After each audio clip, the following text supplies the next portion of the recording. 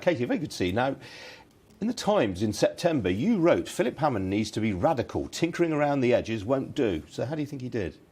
I think in circumstances that he was in, actually he did enough. I don't think it was, amazingly shocking for people. I would have loved to have seen some commitments building on 1% of the green belt to build 4 million homes.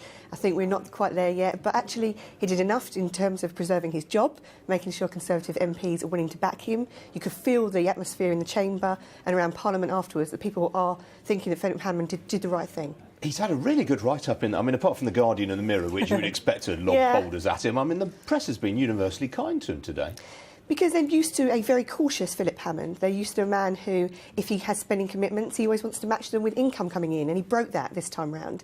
It's kind of end of austerity as we know it, and for him to say that the OBR figures are gloomy and he wants to prove them wrong, shows that this is a Chancellor coming out fighting. So, few budgets really last in the memory. The classics, Geoffrey Howe in 81, Nigel Lawson in 88, and then more recently we've had ones that unravel. Gordon Brown's in 2007, George Osborne in 2012, Philip Hammond himself earlier this year. Where's this one going to sit in the pantheon, do you think? Well, when I did some media coverage yesterday and I said, well, of course the devil's in the detail, because you never comment really early on in a budget in case there's something on page 134 that you haven't quite spotted.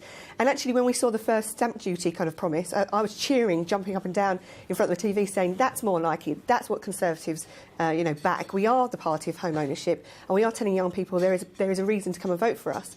And we thought to ourselves during the day, maybe this might be unravelling a bit, but it didn't really. He would have known the figures, he would have known the comparisons, and actually whether or not it financially makes huge amounts of sense or whether it's a political gesture. And that's what it was. But that's good enough for us, and I don't think you're going to have any kickback on that.